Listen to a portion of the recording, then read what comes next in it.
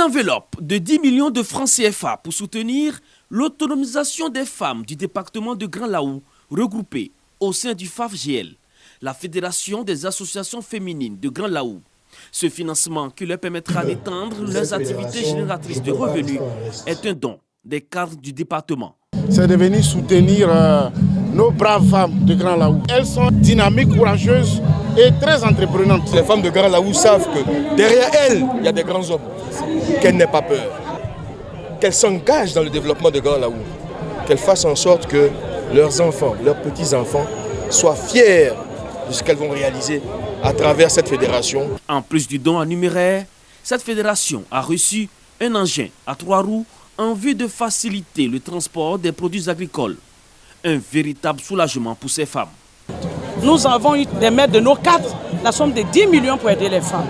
Je remercie tous ces cadres. Parce que si tu vois que ces cadres nous soutiennent aujourd'hui, ils regardent le pas d'Alassane Ouattara. Le département de Grand Laou est une zone de grande production d'atiéké, une activité qui occupe la grande partie des femmes de cette fédération qui comptabilise aujourd'hui plus de 3000 membres.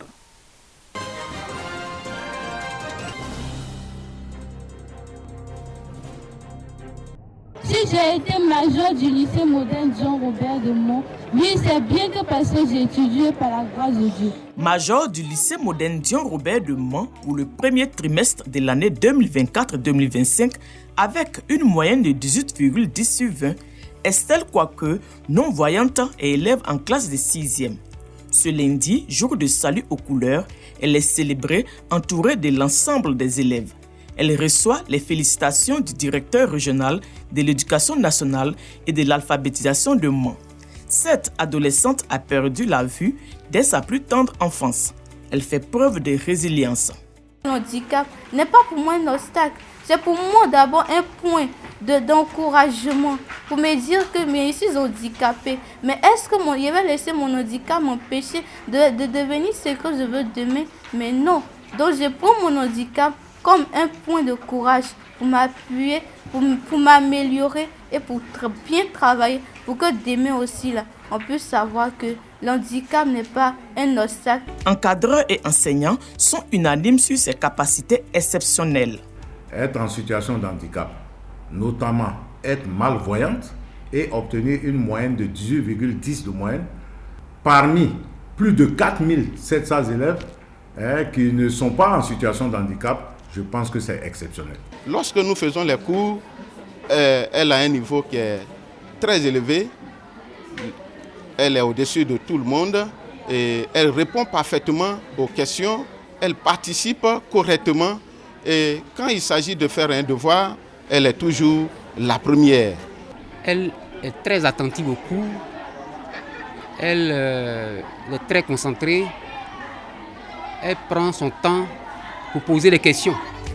L'enseignant spécialisé en braille abonde dans le même sens. Elle a une mémoire particulière. Elle retient tout. Le professeur de français qui déjà à plusieurs reprises a été ému lorsqu'il a mis à 2 ou 3 occasions une situation d'évaluation au tableau alors qu'elle ne l'avait pas sur papier. Quand il a lu une fois, il a demandé à un élève qui va relire. Celle qui n'avait pas le bout de papier devant elle, c'est elle qui a pris la situation d'évaluation du début jusqu'à la fin en respectant les points, les virgules et tout. Donc vraiment, c'est une élève excellente et brillante.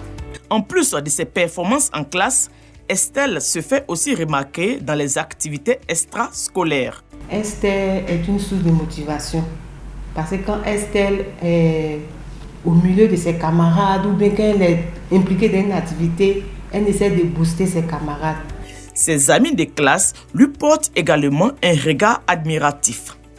Elle se comporte bien, elle ne bavarde pas. Quand on est en classe, si elle ne comprend pas quelque chose, elle me demande. Elle a travaillé. Dans la classe, il n'y a personne qui a eu 18 de moyenne. C'est elle qui est la première de l'école. Vraiment, je la félicite parce qu'il n'a jamais connu une fille aussi travailleuse qu'elle. Elle est unique. Esther, c'est quelqu'un qui m'aide beaucoup. Quand par exemple, si on me donne un exercice que je ne connais pas, Estelle peut me le montrer. Même si cet exercice est dur, Elle aime mon travail dessus. Le chemin d'Estelle n'a pas toujours été facile. Ses parents l'ont longtemps cachée à cause de son handicap. Elle a été scolarisée grâce au programme École inclusive du ministère en charge de l'éducation et d'un couple de chrétiens. L'homme handicapé, lui aussi, et son épouse recueillent et s'occupent de plusieurs enfants en situation de handicap. Nous sommes allés dans le département de Zonouin où nous avons convaincu les parents à laisser venir Estelle à l'école. Et quand Estelle est arrivée chez moi, la toute première parole qui est sortie de sa bouche, elle m'a dit « Papa, merci, tu m'as sauvé, mais ma récompense, c'est d'être première de ma classe. » Depuis la classe de CP1 jusqu'en 6e premier trimestre, Estelle a toujours été première. De retour des cours, Estelle a une organisation bien à elle pour le ménage et pour réviser ses leçons. Quand je rentre de l'école les soirs, moi et mes frères, je les aide à chercher de l'eau et quand nous finissons de nous laver, sur la nourriture est prête.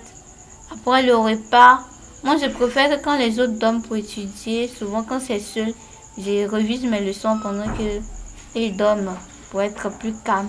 Et lorsque aussi j'ai des exercices à faire, dont l'écriture blanc-noir, mes frères m'aident aussi avec la lecture quand ils lisent. Et puis moi je traduis en braille et puis je fais mon exercice. La jeune adolescente est pleine d'ambition. Plus tard, j'aimerais être avocate parce que tous les jours quand je parle, on sait que moi j'ai été appelée à défendre la cause des uns et des autres, me battre contre l'injustice. J'aime aussi les maths si j'ai la possibilité de devenir peut-être mathématicienne.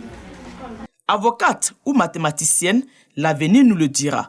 Mais en attendant, ses encadreurs plaident pour que la brillante élève soit mieux suivie. Pour l'heure, Estelle a un rêve bien particulier. Comme je vais être toujours à la tête, j'aimerais rencontrer soit la première dame ou le président de la République.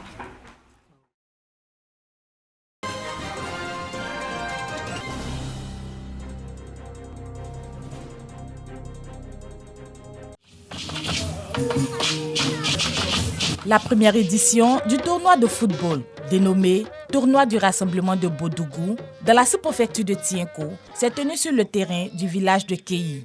Rassemblés autour d'un même objectif, contribuer à la consolidation du tissu social par le football.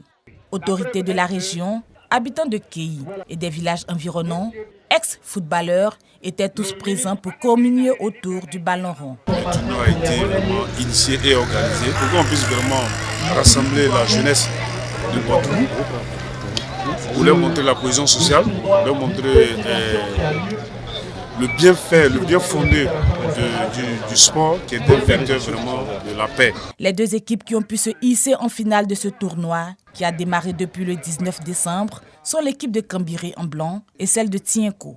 Avant le coup d'envoi, les ex-footballeurs ont prodigué de sages conseils aux athlètes tout en prônant le fair play. Pendant les 90 minutes de jeu, aucune formation n'a pu prendre les devants. L'équipe de Cambiré s'est démarquée à la séance de tir au but en concrétisant tous ses 5 tirs contre 4.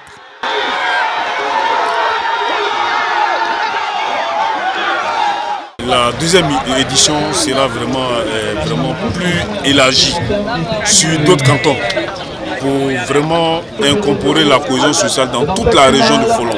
Rendez-vous est pris l'année prochaine pour la seconde édition.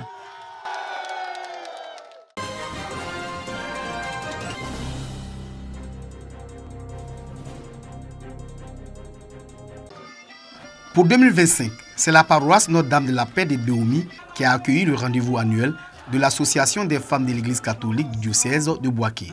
Cette rencontre a pour objectif de réunir les femmes afin de dresser le bilan de leurs activités de l'année écoulée et de dégager les perspectives. Aujourd'hui, nous femmes, on veut être autonomes financièrement. Alors, quand nous nous retrouvons, c'est des formations, c'est des conseils et les bilans, surtout pour l'autonomisation de la femme. L'Association des femmes de l'Église catholique du diocèse de Bouaké intervient également dans le social. L'Organisation des femmes de l'Église a toujours bénéficié de la bénédiction et de la présence de l'archevêque métropolitain du diocèse de Bouaké. Monseigneur Jacques Assanvo Ayoua exhorte les femmes à continuer leur combat pour l'épanouissement de leurs sœurs. Ce sont des gens qui travaillent, qui ont leur fonction, qui ont leur famille, mais qui dégagent, qui font le sacrifice de dégager du temps pour aller jusque dans les paroisses reculées pour rencontrer nos mamans, nos sœurs. L'archevêque du diocèse de Bouaké a aussi, au cours de la messe de clôture de cette rencontre, invité les femmes à construire une église de paix et prospère.